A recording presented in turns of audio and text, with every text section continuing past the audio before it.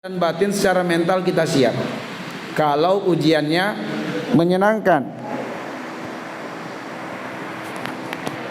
Tetapi banyak dari kita yang tidak siap kalau ujiannya tidak menyenangkan, padahal datangnya dari Allah Subhanahu wa taala. Maka didahulukan penyebutan ujian tidak menyenangkan baru ujian menyenangkan, supaya kita itu siap mental. Kalau kita siap dengan ujian menyenangkan, harus juga siap dengan ujian yang tidak menyenangkan. Harus siap. Jangan hanya yang menyenangkan siap, tidak menyenangkan tidak siap, padahal datangnya dari Allah Subhanahu wa taala. Nah, pada kesempatan ini ikhwatal iman, yang kita mau tadabburi dan mengkaji adalah bagaimana kita sukses melewati ujian, khususnya ujian yang tidak menyenangkan. Kata kuncinya adalah di akhir ayat, wa ilaina turja'un, kepada kamilah kalian semua kembali. Artinya kita akan sukses melewati ujian yang tidak menyenangkan kalau kita menyadari dan mengembalikan segala urusan hanya dan hanya kepada Allah. Nah, pertanyaannya, bagaimana mengembalikan urusan kepada Allah? Itu yang akan kita bahas. Bagaimana mengembalikan urusan kepada Allah? Maka ikhwatal iman azanillah wa iyyakum, pada kesempatan ini akan kami sampaikan 5 petunjuk Qur'ani, 5 petunjuk Qur'ani untuk sukses melalui atau melewati ujian yang tidak menyenangkan. 5 petunjuk Qur'ani. Yang pertama ikhwatal iman, kalau kita ditimpa dengan ujian yang tidak menyenangkan, apapun bentuknya, apapun wujudnya, apakah penyakit, apakah di PHK dari tempat kerja, apakah kelaparan, kemiskinan, apakah susah dapat pekerjaan, susah dapat jodoh, atau hal-hal lainnya yang masing-masing kita tentu bisa menghayalkan, membayangkan apa yang tidak menyenangkan itu. Apabila kita ditimpa dengan sesuatu yang tidak menyenangkan, maka petunjuk Quran yang pertama adalah terima musibah itu. Terima musibah itu sebagai takdir Allah. Ini yang paling pertama. Terima dulu. Begitu ditimpa musibah, terima musibahnya sebagai bagian dari takdir Allah. Karena pada pertemuan sebelumnya sudah kita bahas bahwa ujian yang tidak menyenangkan itu terjadi karena maunya Allah, bukan maunya kita. Kalau maunya kita, kita nggak mau dan tidak siap. Tapi kalau maunya Allah pasti terjadi. Siap tidak siap pasti terjadi. Makanya terima kalau Allah takdirkan kita ditimpa dengan ujian yang tidak menyenangkan. Di surat At-Taghabun ayat 11 Allah mengatakan, ma asaba min musibah illa biiznillah. Tidak akan terjadi musibah atau sesuatu yang tidak menyenangkan. Sebab musibah itu artinya adalah ma yasu'ul insan, sesuatu yang memburukkan keadaan manusia, itu namanya musibah. Atau mala yulaimu at-tabi'ah, atau secara tabiat kita nggak suka, itu namanya musibah. Bahwa tidak akan terjadi musibah, tidak akan terjadi sesuatu yang tidak menyenangkan itu kecuali karena izinnya Allah dan maunya Allah Subhanahu wa taala.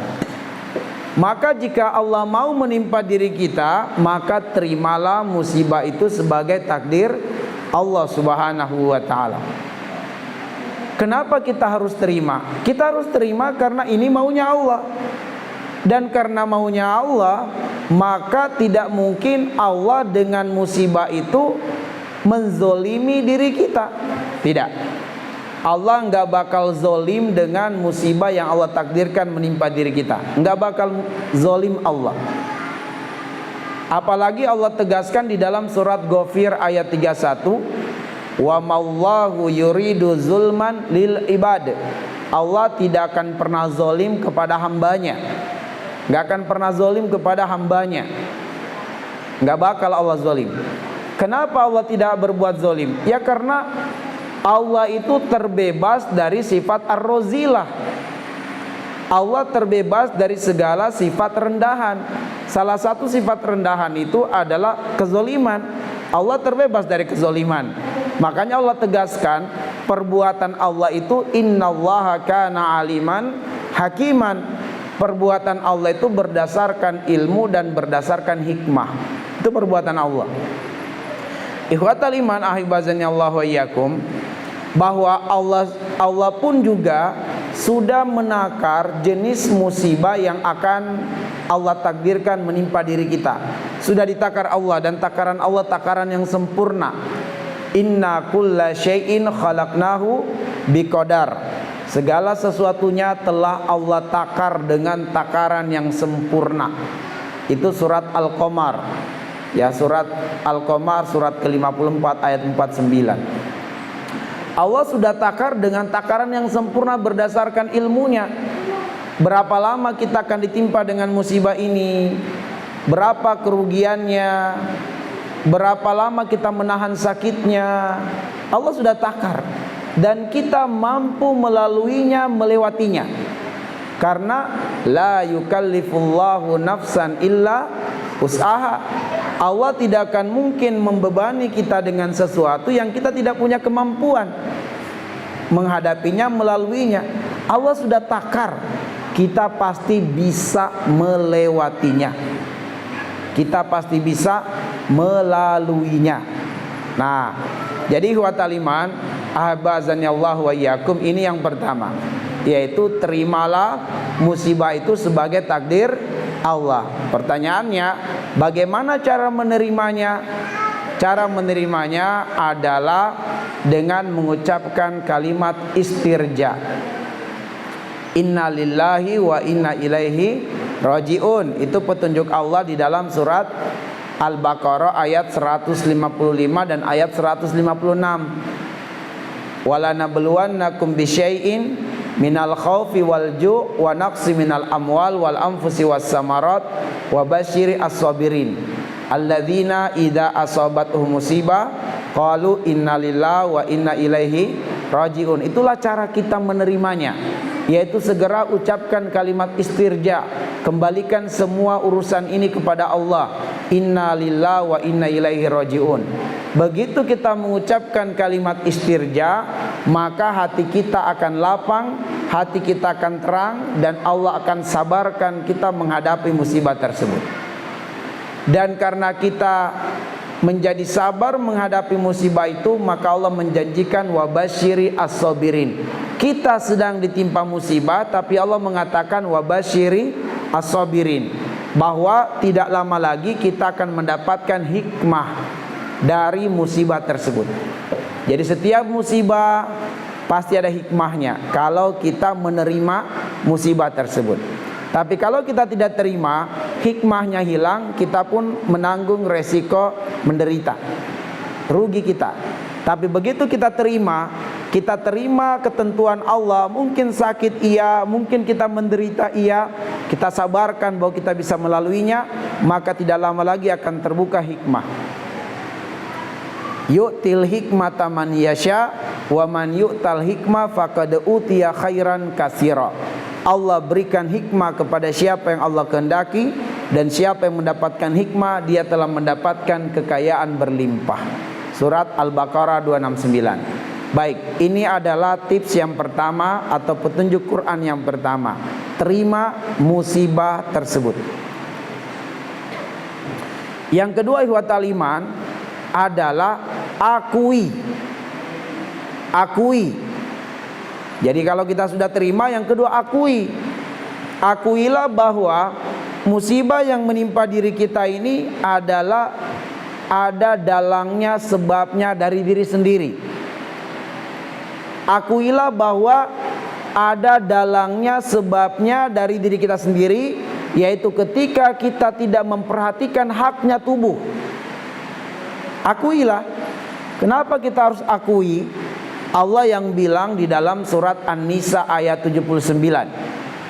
Allah mengatakan, "Wa ma asabaka min sayyi'ah famin nafsika musibah, keburukan yang menimpamu karena perbuatanmu sendiri. Ada dalangnya, ada sebabnya dari dirimu sendiri, kata Allah. Di dalam surat Asy-Syura ayat 30 Allah mengatakan, wa ma asabaka min musibatin ma asaba min Kunci itu punya ayatnya. Kunci itu punya ayatnya di surat Asy-Syura ayat yang ke-30. Coba saya lihat dulu ya, mohon izin. Itu juga menjelaskan bahwa musibah yang menimpa diri kita adalah karena perbuatan kita. Surat Asy-Syura itu surat yang ke-42. Surah yang ke-42, perhatikan ayat yang ke-30. Allah Subhanahu wa taala berfirman, "Wa ma asabakum min musibatin fabima kasabat aydikum." Musibah apapun yang menimpa dirimu dikarenakan perbuatan kamu sendiri, kata Allah. Maka akuilah, boleh jadi kita tidak berlaku adil pada diri kita sendiri, ikhwatal iman. Apa bentuk perlakuan tidak adilnya diri kita? Misalnya begini, Allah mengatakan di dalam surat Abasa ayat 24, "Falyanzuril insanu ila ta'ami." Haknya tubuh kita ini adalah hendaknya kita memberikan perhatian dalam bentuk berikan tubuh kita makanan dan minuman yang terbaik. Ini haknya tubuh. Berikan nutrisi yang terbaik. Boleh jadi ada makanan minuman yang tidak cocok untuk tubuh kita, atau mungkin terlalu berlebih-lebihan. Terlalu berlebihan makanan yang berlemak, goreng-gorengan misalnya. Terlalu berlebihan makan daging-dagingan. Sudah kenyang masih dipaksa masuk ke dalam perutnya. Nah, atau mungkin tidak memberikan nutrisi yang terbaik bagi tubuh kita. Sengaja kita tunda-tunda tidak makan misalnya gitu. Ya, kita pengen diet tapi kita tidak memberikan haknya tubuh untuk mendapatkan makanan. Pada akhirnya kemudian berdampaklah penyakit pada tubuh kita. Berdampaklah sakit pada tubuh kita. Apalagi haknya tubuh. Wa ja'alna al-laila libasa wa ja'alna an-nahara ma'asya. Allah jadikan malam untuk istirahat, siang untuk bekerja. Terkadang waktu malam kita masih pakai bekerja.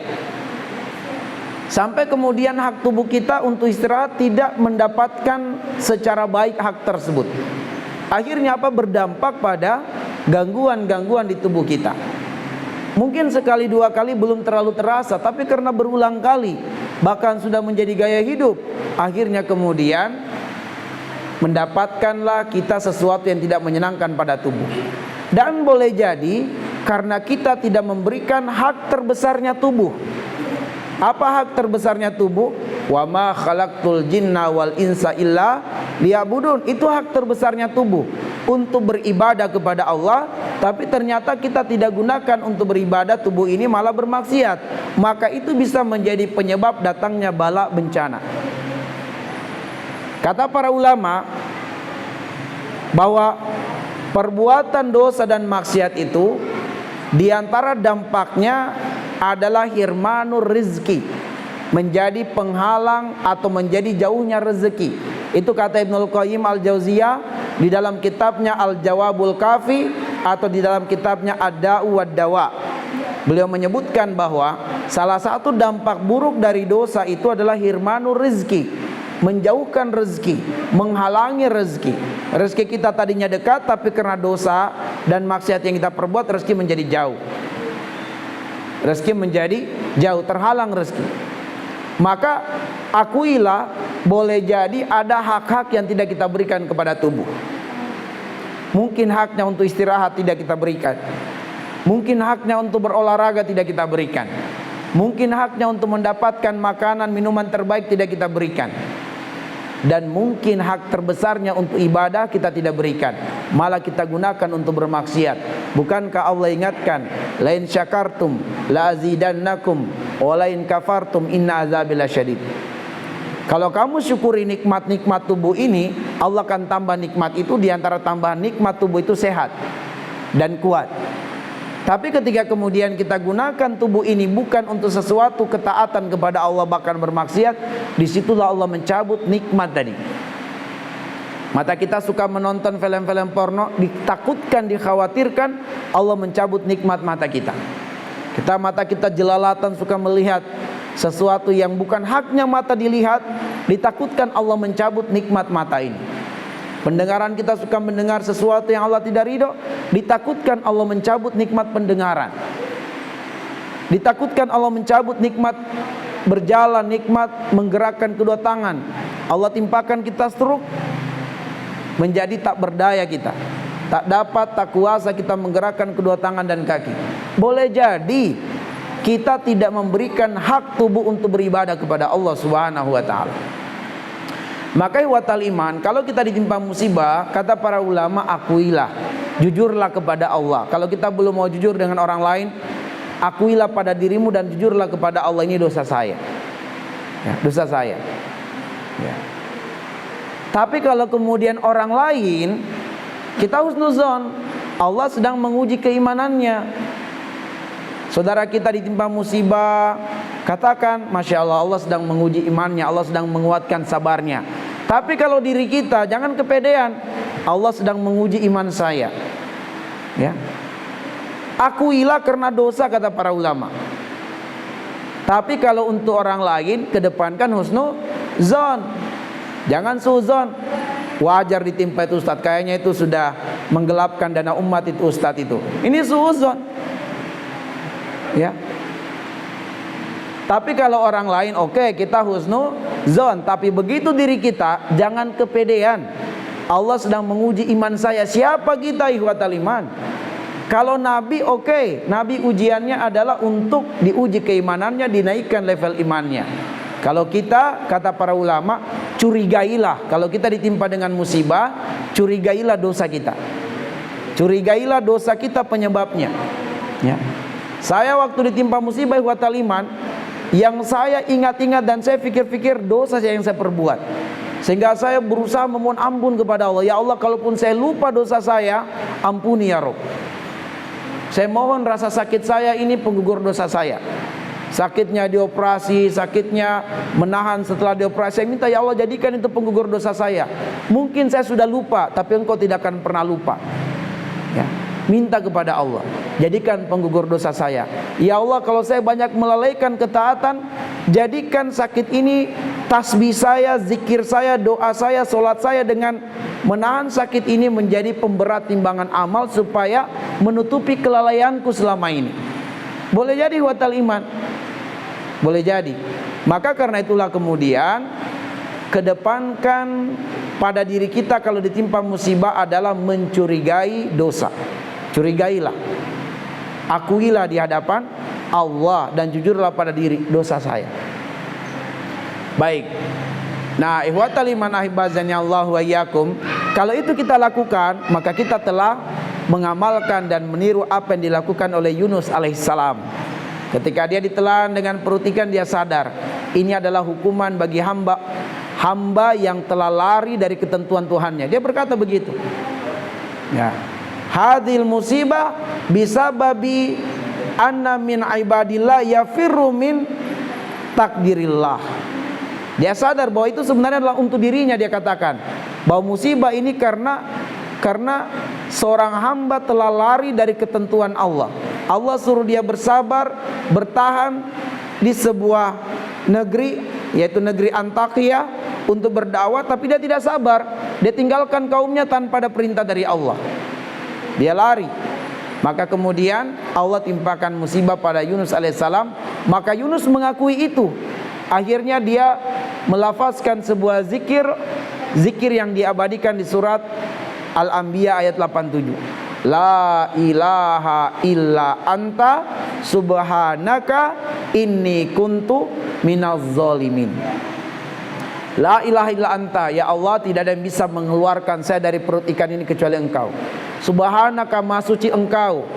Maha suci Engkau dari perkataan buruk manusia tentang diri Engkau, dan maha suci Engkau dari persangkaan negatif kami kepadamu. Inni kuntu minaz zalimin, lah saya lah yang zalim. Kamu tidak zalim tapi saya lah yang zalim. Oke, ini yang kedua ikhwatal iman, akuilah. Petunjuk Quran yang ketiga adalah berpikir positif, atau bahasa kita berhusnuzon kepada Allah atas takdirnya. Dasarnya adalah surat Al-Baqarah ayat 216. Asa an takrahu syai'an wa huwa khairul lakum wa asa an tuhibbu syai'an wa huwa syarrul lakum wallahu ya'lamu wa antum la ta'lamun. Mungkin kamu tidak suka apa yang Allah takdirkan padamu, tapi dalam ilmu Allah, takdir yang kamu tidak suka ini adalah yang terbaik bagimu. Dan mungkin yang kamu inginkan Allah tidak wujudkan, Allah tidak kabulkan, karena dalam ilmu Allah kalau dikabulkan ada mudarat yang lebih besar menimpa dirimu. Maka kita berpikir positif ikhwatal iman. Selain kita akui kesalahan kita, kita pun juga harus berpikir positif dengan takdir Allah Subhanahu wa taala. Sebelum saya ditimpa dengan musibah kemarin, banyak undangan mengisi kajian di Jakarta. Ya, undangan-undangan baru semuanya gitu. Yang belum pernah saya jamaki tempat-tempatnya, masjid-masjidnya, rumah-rumahnya, saya diundang. Tapi kemudian Allah takdirkan saya harus dirawat di rumah sakit sehingga agenda itu harus di-cancel. Saya nggak tahu ikhwatal iman. Saya berpikir positif, boleh jadi karena saya melihat selama ini kita ini simatupang gitu ya, siang malam tunggu panggilan. Pokoknya tidak mengenal malam, pagi, siang, subuh, begitu ada panggilan bismillah jalan. Ya. Kalau sekedar pusing-pusing tetap jalan. Sekedar lapar belanja di luar. Jalan.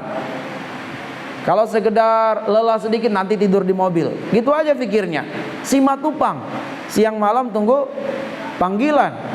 Panggilan dakwah, panggilan umat. Janda jalan dakwah ya. Nah, ikhwatal iman, tapi benar-benar musibah kemarin itu nggak bisa kemana-mana, harus istirahat total 10 hari. Ya. Nah, artinya boleh jadi kalau saya dalam keadaan tidak ditimpa dengan musibah itu, ada musibah yang lebih besar lagi menimpa diri saya. Saya nggak tahu. Sebab Allah kata kuncinya wallahu ya'lamu wa antum la ta'lamun. Allah tahu dan kamu tidak tahu. Kita cuma berpikir positif, mungkin ada musibah besar. Kalau cuma sekedar sakit biasa, nah ini tetap jalan nih pasti Samsul. Kalau cuma pusing pasti jalan, maka mesti kena musibah supaya dia terbaring 10 hari, nggak bisa kemana-mana lagi. Supaya dengan itulah Allah halangi kita dari musibah yang besar. Kita nggak tahu ikhwatal iman. Kita hanya bisa berpikir positif. Di antara kita berpikir positif lainnya adalah bahwa Allah Subhanahu wa taala pengen membebankan kepada kita suatu amanah yang besar, dan amanah yang besar ini mesti dilatih mental kita dulu, kesabaran dan ketergantungan kita kepada Allah. Maka kemudian sebelum amanah besar ini diturunkan kepada kita, kita dipersiapkan Allah untuk siap memikul. Apakah kita akan bergantung kepada Allah ataukah tidak? Kita dipersiapkan Allah Subhanahu wa taala. Kita berpikir positif ikhwatal iman. Kita berpikir positif bahwa al-ajru ala qadri masyakki, balasan itu tergantung tingkat kesulitan. Maka beratnya bibir kita bertasbih karena rasa sakit, ternyata pahalanya berlipat ganda. Lebih berat daripada kita bertasbih dalam keadaan kita sehat. Meskipun kita bisa membanyakkan tasbih, tapi dalam kondisi sakit begitu berat tasbih itu. Mungkin dalam semenit hanya bisa sekali subhanallah, tarik nafas, tahan lagi, baru subhanallah. Itu mungkin tidak banyak tasbih yang terucap dari lisan kita dibandingkan dengan orang yang sehat bisa bertasbih banyak kali. Tapi nilai tasbih dalam keadaan sakit itu bisa lebih berat timbangannya di sisi Allah. Al-ajru ala qadri masyakki. Dalam keadaan berat kita berwudu. Bukan kata Nabi, di antara sesuatu yang akan menghapuskan dosa yang banyak adalah isbagul wudu indal makari, membaguskan wudu dalam keadaan berat. Dalam keadaan saya bangun saja itu susah luar biasa ya, susah bangun dari tempat tidur, mesti dipapa. Tapi untuk berwudu karena belum bisa bertayamum, dalam kondisi kita tidak terhalangi mendapatkan air. Nggak boleh kita bertayamum sementara kita masih tidak terhalang mendapatkan air. Lain cerita kalau kena air langsung seolah-olah dinginnya sampai ke tulang dan itu bisa memudaratkan, berarti kita boleh bertayamum. Saya cuma sakit badan tapi masih bisa bergerak. Bergerak dalam arti masih bisa mendapatkan air untuk berwudu, maka mesti dipapah. Tapi watal iman, semua itu akan menyebabkan banyaknya dosa diampunkan oleh Allah. Inilah diantara kita berpikir positif. Oke, itu petunjuk yang ketiga. Petunjuk yang keempat adalah arahkan potensi untuk sembuh. Arahkan potensi untuk keluar dari musibah. Arahkan potensi untuk jauh dari musibah. Harus. Ikhtiarnya ada dua. Ikhtiar duniawi, ikhtiar ukhrawi. Begitu kita tertimpa musibah, harus berikhtiar duniawi untuk bisa lepas dari musibah. Karena Nabi mengatakan kullu da'in dawa fatadawau. Itu kata Rasul. Setiap musibah pasti ada solusinya, maka carilah solusi itu. Kasbul halal faridatun ala kulli muslim, dan itu wajib hukumnya. Sebab kesembuhan adalah rezeki dari Allah. Mencari rezeki Allah dengan cara yang halal wajib. Maka kita harus mengambil sebab ikhtiar duniawi. Maka iwatal iman, apapun bentuk musibahnya, ikhtiar duniawilah untuk kemudian lepas dari musibah itu. Kalau musibahnya adalah kemiskinan, ikhtiar duniawi dengan kita berusaha bekerja. Lakukan yang paling maksimal kita lakukan. Kita punya utang kita 1M. Yang kita bisa lakukan hanyalah cuma bisa berjualan. Lakukan itu. Jangan pikir utangnya. Ikhtiar saja dulu. Karena persoalan rezeki itu urusan Allah, bukan urusanmu. Urusannya kita itu adalah ikhtiar. Jangan dibalik, urusan rezeki kita yang pikirkan, ikhtiarnya dilupakan. Gimana ya saya melunasi hutang saya? Itu bukan urusanmu, itu urusan Allah. Urusanmu adalah ikhtiar. Kalau kamu ikhtiar, nanti Allah akan bukakan jalan rezeki. Karena Allah mengatakan dalam surat Al-Mulk ayat 15, "Huwallazi ja'ala lakumul arda dzalula famshu fi manakibiha wa kulu min rizqi wa ilaihin nusyur." Allah sudah jadikan bumi ini mudah untukmu. Maka bergeraklah, bekerjalah, berkaryalah di punggung-punggung bumi ini. Urusan rezeki kata Allah, wa kulu min rizqi, makanlah rezeki dari Allah. Jadi rezeki tidak disandarkan pada ikhtiar, tapi rezeki disandarkan pada Allah Subhanahu wa taala. Namun ikhtiar adalah wasilah untuk mengundang rezeki dari Allah Subhanahu wa taala. Jadi tugas kita itu ikhtiar maksimal, lalu bersandar kepada Allah, minta kepada Allah agar ikhtiar kita diridhoinya untuk mengundang rezekinya. Maka optimis itu penting watal iman. Optimis. Jangan pernah pesimis dalam hidup ini. Optimislah. Ya. Orang yang optimis, dan ini seringkali saya sampaikan dan harus saya ulang, sebab saya pun sedang belajar untuk itu. Orang yang optimis dalam hidup itu dia yakin Allah Maha Besar. Makanya dia tidak akan pernah takut bermimpi besar, karena Allah yang akan mengabulkan mimpi besarnya. Allah yang akan mengabulkan mimpi besarnya. Sebab itu adalah implementasi dari makna la ilaha illallah, bahwa mimpi besar kita tidak ada yang bisa mewujudkannya kecuali Allah. Jangan pernah takut bermimpi besar. Ambil saja ikhtiar yang paling maksimal. Mungkin terkadang tidak masuk akal ikhtiarnya, tapi kalau Allah ridhoi ikhtiar itu bisa jadi solusi besar. Bagaimana Musa alaihissalam? Masuk akalkah dengan memukulkan tongkat ke laut, lautan bisa terbelah? Masuk akal? Tidak masuk akal. Tapi ikhtiarlah yang paling maksimal. Nanti Allah jika meridhoi ikhtiar itu akan mendatangkan keajaiban. Masuk akalkah Nabi Ayub alaihissalam dengan menghentakkan kakinya dengan sangat-sangat lemahnya, tapi ternyata terpancar mata air? Nggak masuk akal. Tapi lakukan saja yang paling maksimal. Nanti Allah kalau meridhoi ikhtiar itu yang akan mengeluarkan rezeki.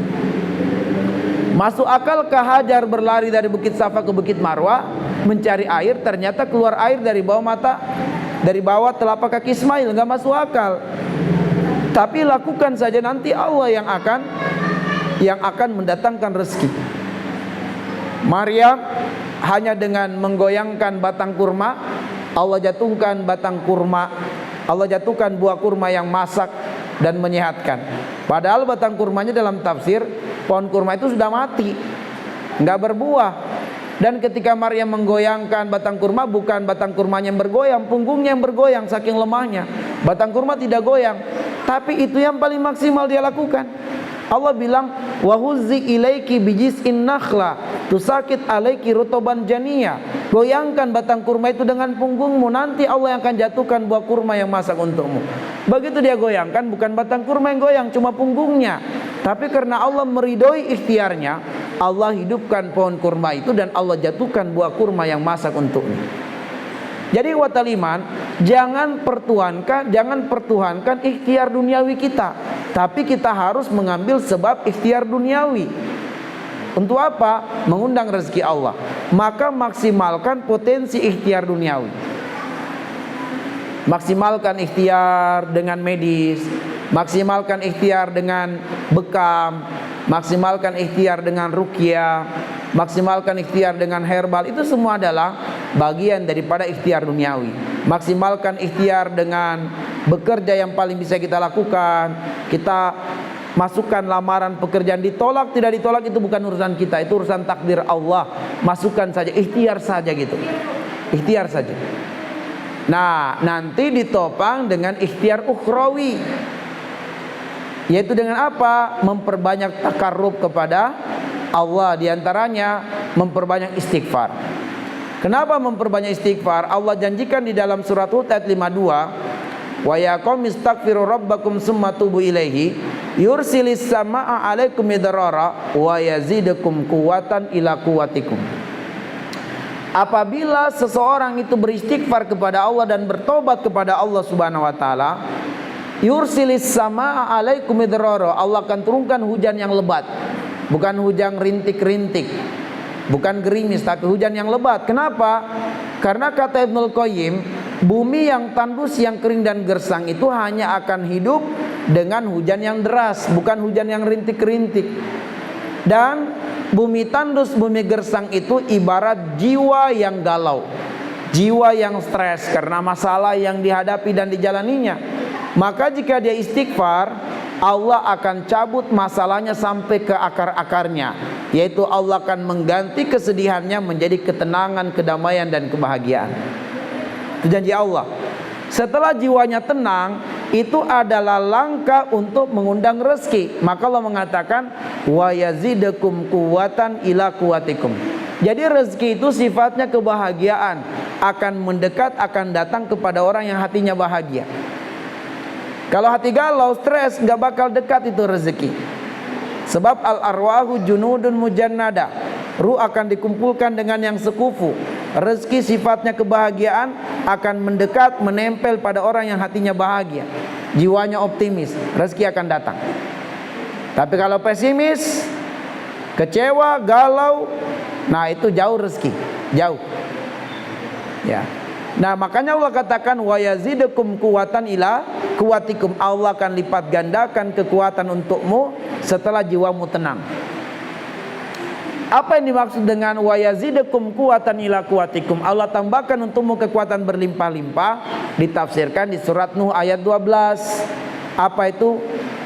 Wa yumdidukum bi amwal wa banin wa yaj'al lakum jannat wa yaj'al lakum anhara, yaitu kekuatan sumber daya manusia ditambah oleh Allah. Ya, kekuatan sumber daya manusia yang akan bekerja dengan kita adalah orang-orang yang jujur dan amanah. Kita akan bertemu dengan partner bisnis yang jujur dan amanah.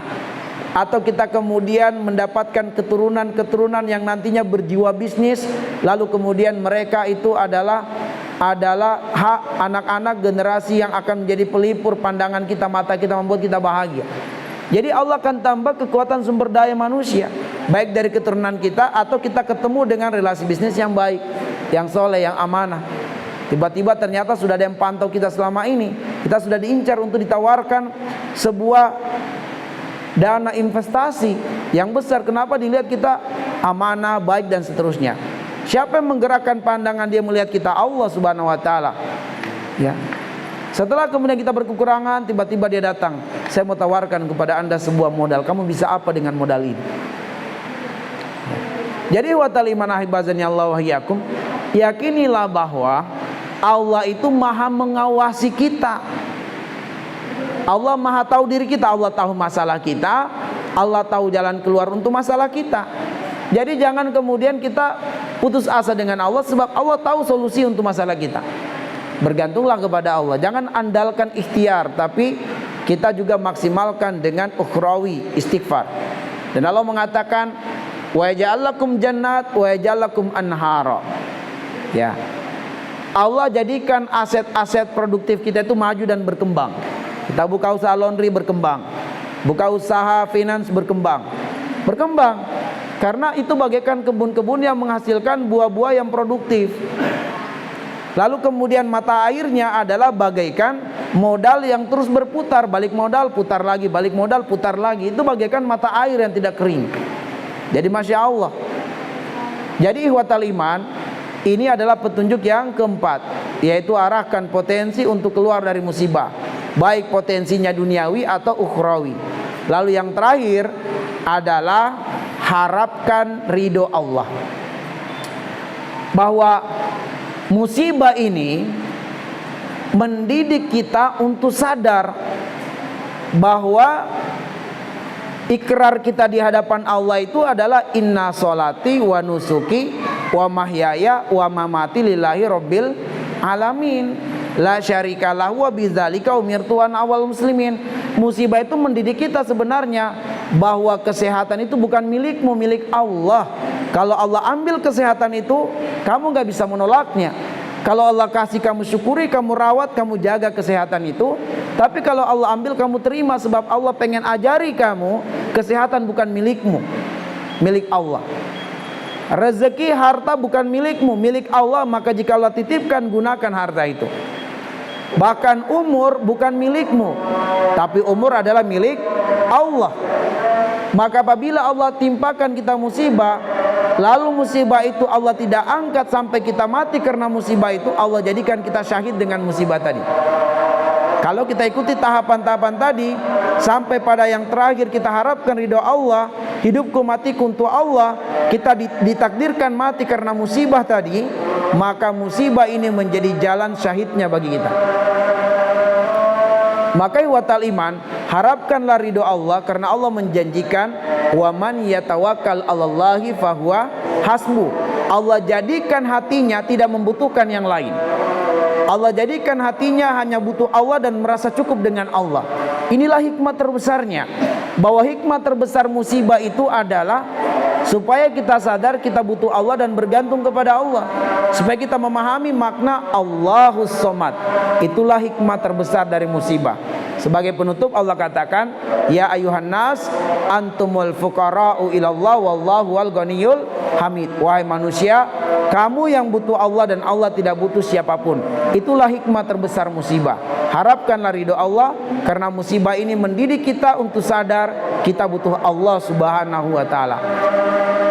Singkatnya ihwatal iman, tips untuk sukses melewati musibah dengan 5 tadi diringkas dengan tabah. Diringkas dengan tabah. Terima, akui, berpikir positif, arahkan potensi untuk keluar dari musibah, dan harapkan ridho Allah. Disingkat apa? Tabah. Apa itu tabah? Maknanya dalam bahasa Indonesia adalah sabar. Baik ihwatal iman, kita cukupkan kajian kita, pertemuan kita di malam hari ini. Lebih dan kurangnya mohon dimaafkan. Nakhtafi bihadzal qadar. Nas'alullah ayyaj'alana minal ladzina yastami'una al-qawla wa yattabi'una ahsana.